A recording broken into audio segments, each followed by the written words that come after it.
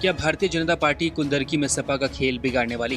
क्या कुंदरकी के मुस्लिम voters BJP को वोट करने जा रहे हैं? क्या सच में मुस्लिम वोटर्स जिनका वोटिंग पैटर्न सिर्फ बीजेपी को हराना होता है, वो बीजेपी के उम्मीदवार ठाकुर रामवीर सिंह को वोट करने वाले हैं?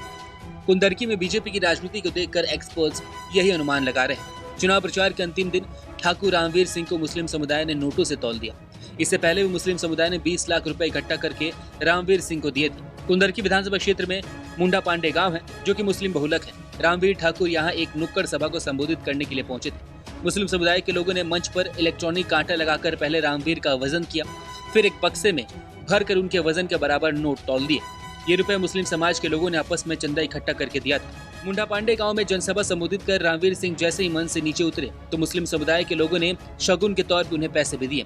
किसी ने 100 तो किसी ने 500 का नोट बीजेपी प्रत्याशी को जेब से निकाल कर दे दी। मुस्लिम समुदाय के द्वारा दिए जाने वाले पैसे को रामवीर ठाकुर ने अपने माथे से लगाकर लोगों के प्रति अपना आभार जताया। गांव के मुस्लिमों ने रामवीर सिंह से कहा कि हम इस मिथक को तोड़ देंगे कि मुस्लिम बीजेपी को वोट नहीं देता है, रामवीर को वोट भी देंगे और चुनाव लड़ने के लिए नोट भी देंगे। बात यही खत्म नहीं होती है। रामवीर सिंह शुरू से ही सर पे टोपी लगाकर गांव-गांव घूमकर बीजेपी के लिए वोट मांग रहे हैं। इतना नहीं, मुसलमानों के बीच कुरान की आयत पढ़ रहे हैं और उनके भाषण देने का अंदाज भी मुसलमानों की तरह हो गया है। इतना नहीं, मुस्लिम गांव में अजान की आवाज सुनते ही रामवीर सिंह अपना भाषण बंद कर देते हैं। इस तरह बीजेपी प्रत्याशी ने मुस्लिम वोटों पर ही अपना फोकस रखा है, तो मुस्लिम समुदाय ने भी दिल खोल कर उनका स्वागत किया है और सम्मान किया है। लेकिन सवाल यही है कि क्या मुस्लिम समुदाय 20 नवंबर को घर से बाहर निकल के बीजेपी के लिए मतदान करेगा या फिर वो सपा के पास फिर से लौट जाएगा? आपको बता दूं कि कुंदरकी विधानसभा सीट पर मुस्लिम वोटर निर्णायक भूमिका में है।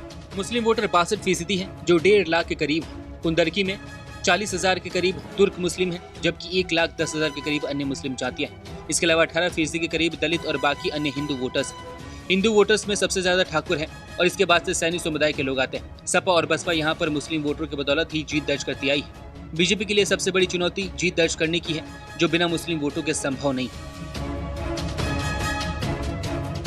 मुरादाबाद जिले के पूर्व सांसद सर्वेश सिंह और ठाकुर रामवीर सिंह बीजेपी के दोनों नेताओं के दरवाजे मुसलमानों के लिए हमेशा से खुले रहे। सर्वेश सिंह का निधन हो चुका है और ठाकुर रामवीर सिंह बचे हुए। मुस्लिम प्रत्याशी मैदान में होने के चलते मुसलमानों का वोट रामवीर सिंह को बड़ी संख्या में नहीं मिल पाता है। सपा और बसपा ने तुर्क मुस्लिमों को प्रत्याशी बनाया है। सपा से पूर्व विधायक हाजी रिजवान, बसपा से रफतुल्ला उर्फ शिद्दा, ओवैसी की AIMIM से मोहम्मद वारिस, चंद्रशेखर आजाद की आजाद समाज पार्टी से हाजी चांद बाबू चुनाव लड़ रहे हैं। 2024 के लोकसभा और 2022 के विधानसभा चुनाव में मुस्लिम समुदाय ने एकमुश्त होकर सपा गठबंधन के पक्ष में वोटिंग की थी। मुस्लिम वोटिंग पैटर्न्स को लेकर माना जाता है कि मुस्लिम समुदाय सिर्फ बीजेपी को हराने के लिए वोट करते हैं। 2022 के चुनाव में कुंदरकी सीट पर भी यही पैटर्न रहा था और बसपा से लेकर ओवैसी तक के मुस्लिम समुदाय के उम्मीदवार को नकार दिया गया था। मुसलमानों ने सपा के पक्ष में एकमुश्त होकर वोट डाला था, लेकिन उपचुनाव में बीजेपी के प्रत्याशी रामवीर सिंह ने जिस तरह से मुस्लिम वोटों को टारगेट किया है, उससे लग रहा है कि बीजेपी ने इस सीट पर अपनी पूरी ताकत झोंक दी। वैसे हमें कल देखना होगा, यानी 20 नवंबर को जब चुनाव होंगे, तो मुस्लिम वोटर्स भारतीय जनता पार्टी के लिए वोट करते हैं कि नहीं।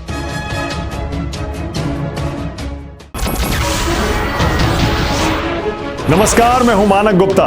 अगर आपको हमारा ये वीडियो पसंद आया हो तो इसे लाइक और शेयर जरूर करें और हाँ, हमें सब्सक्राइब और फॉलो करना ना भूलें, ताकि आप देश और दुनिया की कोई खबर मिस ना करें। तो जुड़े रहिए हमारे साथ और देखते रहिए News 24।